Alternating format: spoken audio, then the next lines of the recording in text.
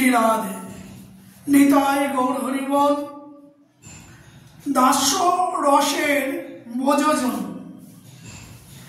এই ভগবান শ্রীকৃষ্ণের যারা দাস্য রসের ভক্ত বোঝজন, তাদের এক একজনের এক এক সেবা আছে।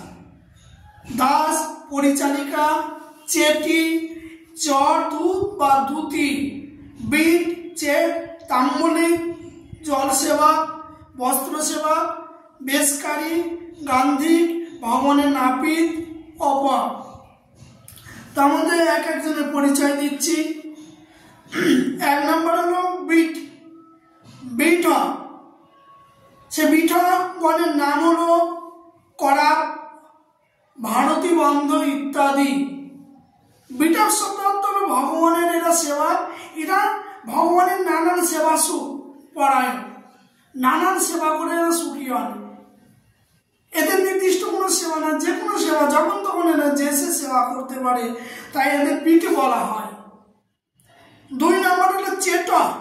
চেট নাম হলো চেটা, ভঙ্কুর, রক্তপত্র, মধুকণ্ঠ, মধুব্রত ইত্যাদি।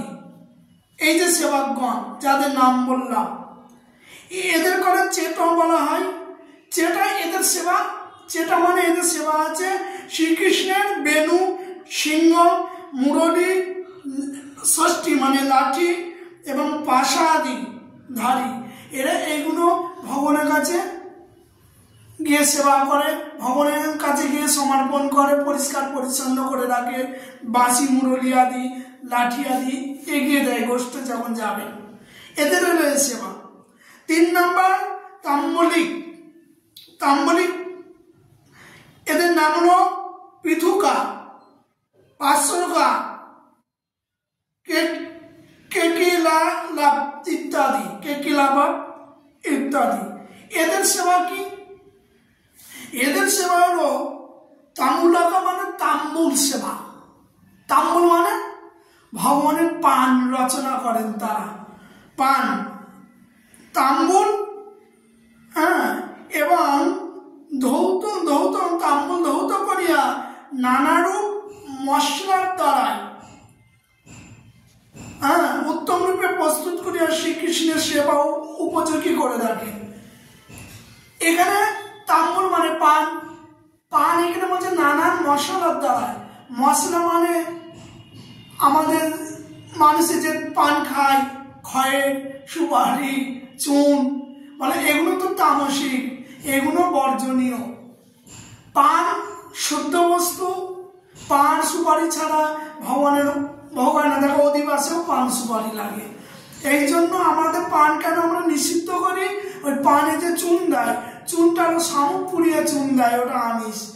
আর ওর ভিতরে ক্ষয়ে, দোক্তা এইসব ব্যবহার করা হয়, ওগুলো আমিষের ভিতরে গণ্য, ওগুলো মাদকতা, মাদক দ্রব্য।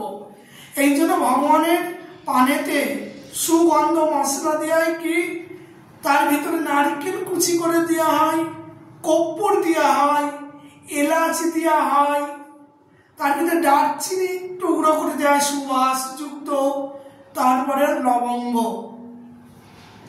এই দিয়ে ভগবানের মুখ সুবাস তারা পান রচনা করেন। হ্যাঁ, শাস্ত্রে তো ভগবানের পান ভোগের কথা তো বলা আছে, দেখেন এখানেই তো বলছেন। তারপরে জগন্নাথ পুরীতে পূর্বে কোনো পান ভোগ হতেন না, শুধু মহাপ্রসাদ যেটা।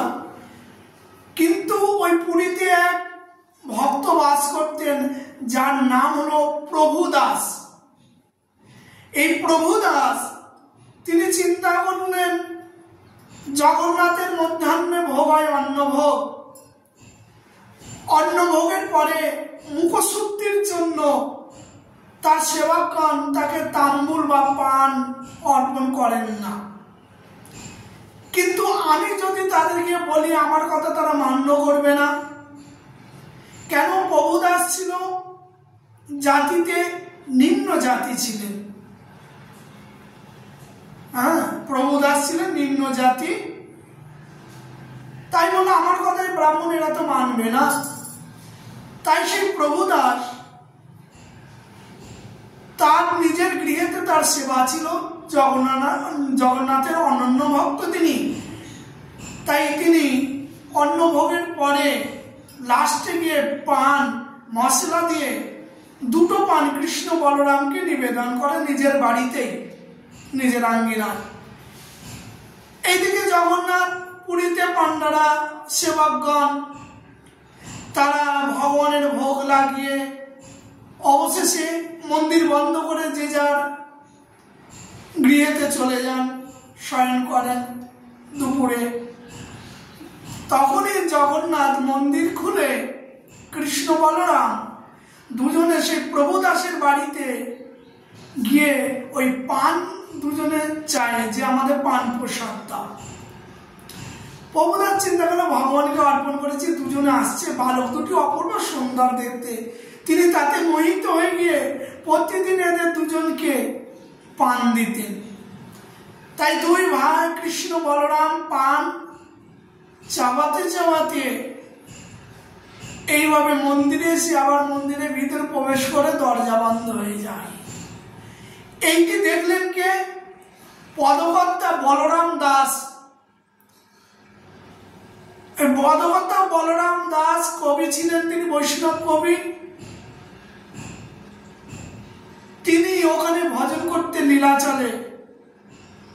তিনি এই দুই ছেলে অপূর্ব সুন্দর দেখতে, এরা এইভাবে মন্দিরের দিকে আসে, মন্দিরের ভিতরে প্রবেশ করে। তাই বলরাম দাস তিনি এইভাবে এদের দিকে লক্ষ্য করেছেন, লক্ষ্য রাখেন, প্রতিদিন পান চাবাতে চাবাতে আসে আর মন্দিরের ভিতরে প্রবেশ করে, মন্দিরের দরজা বন্ধ হয়ে যায়। ইনি তাহলে আর কেউ না, কৃষ্ণ বলরাম। তাই এরা ভোগের পরে যাই কোথায় দেখতে হবে। বলরাম দাস একদিন তিনি পিছিয়ে পিছিয়ে গিয়ে দেখলেন প্রভু দাসের তিনি আঙ্গিনায় প্রবেশ করেছেন দুইজনে।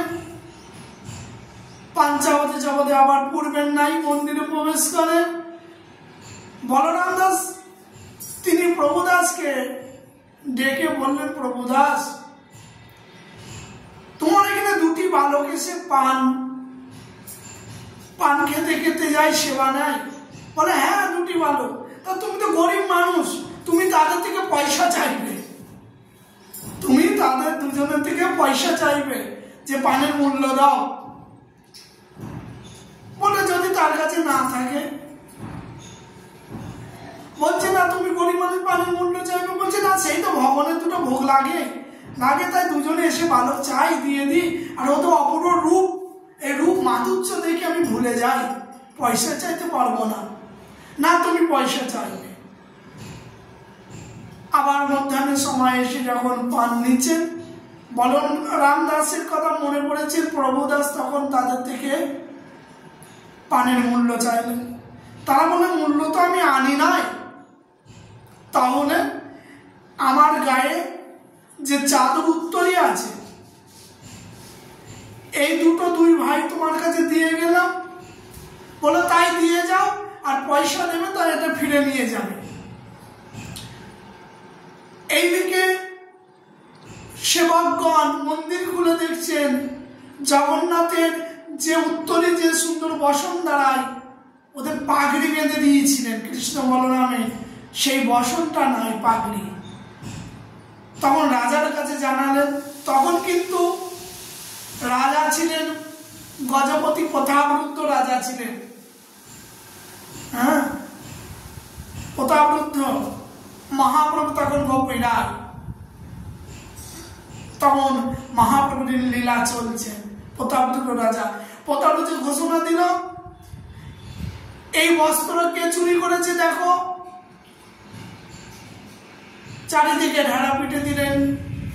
প্রভু দাসের কাছে নেই, কথাটি গেলেন, বস্ত্র জগন্নাথের চুরি হয়েছে। প্রভু দাস সেই বস্ত্র নিয়ে মন্দিরে দেখালেন যে দুইজন আমার কাছে এইভাবে জমা দিয়েছিল পান খায়। তখন সেবকরা বললেন, এই তো সেই বস্ত্র যার দ্বারা পাগড়ি বাঁধা হয়েছিল। কিন্তু প্রভু দাসের কথা কি কেউ মেনে নেবে যে তুমি বস্ত্র চুরি করেছো, এই করেছো? বলছে না, সেই বালক তুমি দিয়েছে। তখন বলরাম দাস বাবা ছিলেন, তার কথা সবাই মান্য করতেন। পরম প্রতাপী মহাপুরুষ সিদ্ধ তিনি তখন সব কাহিনী বললেন, জগন্নাথই রেখে গেছে, আমি দেখেছি এই কাহিনী। সেই হতে জগন্নাথ পুরীতে অন্ন ভোগের পরে, ভোগ বেরিয়ে আসার পরে পান ভোগ লাগে। এই জন্য পানটা কিন্তু বিলাসবহুল, এটা বিলাস। অনেকে সাধুরা যেন পান খায় না কেন, সাধুরা বিলাস করে না, বিলাসিতা না। এই জন্য ভগবানের প্রসাদ হিসাবে পান হয়তো অল্প একটু ছিঁড়ে পেতে পারে। এই জন্য ভগবানের ভোগ এইভাবে পান ভোগ লাগে। আর কেউ যদি বলে যে পান ভোগ লাগে না, এই লাগে না, ওই লাগে না, এটা মিথ্যা কথা। তারা মিথ্যা কথা বলে, শাস্ত্রে লেখা আছে।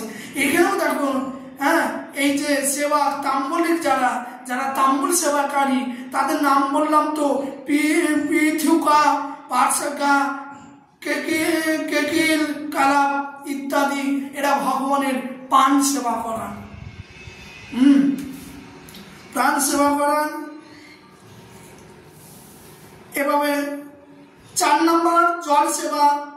যারা জল সেবা করেন ভগবানের পয়ার বাড়ি, এই সেবা এরা ভগবানের শুদ্ধ জল উপযোগী করে সুগন্ধ কর্পূর আদি দিয়ে গ্রীষ্মকালের শীতল জল ভগবানকে অর্পণ করেন।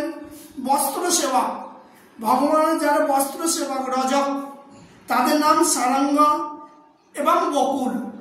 এরা ভগবানের বস্ত্র ধৌত করে, সুন্দর করে ভগবানের বস্ত্র শুকিয়ে শ্রীকৃষ্ণকে পরিধান করে সাজিয়ে দেন। 6 নম্বর বেশকারী, যারা বেশ ভগবানকে সাজায়, প্রেমকান্ত এবং মহাকান্ত ইত্যাদি শ্রীকৃষ্ণের শৃঙ্গার করে, মানে শৃঙ্গার করে সাজায় ভগবানকে বস্ত্রাদি দিয়ে। গান্ধী সমান কুসুম উল্লাস পুষ্পহাস ইত্যাদি, এই যে সেবকগণ, এদেরকে গান্ধী বলা হয়। মানে শ্রীকৃষ্ণের অঙ্গের নানা গন্ধ অবলম্বন করে, তারা সুগন্ধ দেয় শরীরে, হ্যাঁ, সেন্ট আদি সুগন্ধ। এবং পুষ্পমালা, সুগন্ধ পুষ্পের মালা মাল্য প্রদান করেন। এবং ভগবানের 8 নম্বর হল নাপিত, চুল কাটে। সেই নাপিতের নাম হলো দক্ষা, মন্দা, মরান্দা, কর্পূর। এরা ভগবানের নাপিত। এরা কেশ সংস্কার, অঙ্গমর্দন এবং দর্পণ, আয়না দেখায় কেমন হয়েছে চুল কাটাটা, দেখো আয়না দেখায়। এদের কাজ হলো এই। অপরা নাম হলো বিমান, কমল। অপরা মানে এরা ভগবানের শয্যা এবং আসন আদি প্রদান করেন, আসন আদি দেন। এবং পরিচালিকার নাম হলো ধনিষ্ঠা, চন্দনকলা, কুঞ্জমালা, রতিপ্রভা ইত্যাদি। এরা পরিচালিকা, ভগবানের দাসী। নন্দারায়ের দাসী থাকেন। যশোদা মায়ের সাথে এরা পাচকের কর্ম, পাচিকার কর্ম করেন, রান্নার সহযোগিতা করেন, পরিবেশন করেন আদি, হ্যাঁ। আর সেবা, এরা আরো সেবা করেন, এরা গৃহমার্জন করে, হ্যাঁ, গৃহমার্জন, গৃহ সংস্কার, আলাপন, আঙ্গদ ইত্যাদি। চেটিয়া, চেটিয়া কুরঙ্গি, ভিঙ্গারি, এরা হলো চেটি। চেটি মানে শ্রীকৃষ্ণের কেশ সংস্কার করে, হ্যাঁ, চুলে সুগন্ধি তেল দিয়ে আসিতে দেয়, কেশ বিন্যাস করে। চড়া, চর মানে চতুর, চারণ, ধীমান, পেশন, এরা হলো চর। বোঝে গোপ এবং গোপীদের ভিতর, এমনকি বোঝের বাইরে নানান বেশে যাতায়াত করে, অনুচর যাকে বলে। এরা আদান প্রদান করে, স্বর্ণ করেন, কৃষ্ণের খবর, রাধা রানীকে, রাধার খবর কৃষ্ণকে, এই এদের কাজ, অনুচর, চর। দূত, এবার দূত আছে, দূতা, বিশারা, বাদদূত ইত্যাদি, এরা হলো দূত। রাধা গোবিন্দের লীলা বিলাসের, শ্রী রাধা গোবিন্দের ভিতর সংবাদ আদান প্রদান করে। দূতি, পূর্ণমাসী, বীরা, বৃন্দা, বংশী, নান্দিমুখী, বৃন্দারিকা, এরা হলো দূতি। হ্যাঁ, এদের সেবা রাধা গোবিন্দের মিলন, হ্যাঁ, সংগঠন করাতে নানান সংস্কার কুশল। এরা কিভাবে কোন কুঞ্জে রাধা গোবিন্দের মিলন হবে, কি হবে, এরাই সবকিছু পরিচালনা করে। এরা কুঞ্জ সংস্কার কার্যে অভিজ্ঞতা। তা এই পর্যন্ত আমরা আস্বাদন করলাম। এরপরে আবার সুন্দর করে ভবনের কথা ভিডিও আবার ছাড়বো। নিতাই গৌর হরিবল। জয় শ্রীরাম।